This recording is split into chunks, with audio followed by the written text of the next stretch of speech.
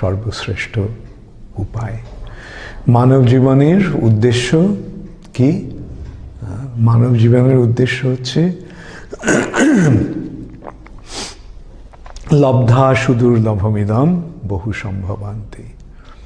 অনেক অনেক সম্ভাবনার পরে এই মনুষ্য শরীর যখন লাভ হয়, তখন সেই মনুষ্য শরীর দিয়ে কেবল ভগবানের সেবায় যুক্ত হওয়াটাই কর্তব্য।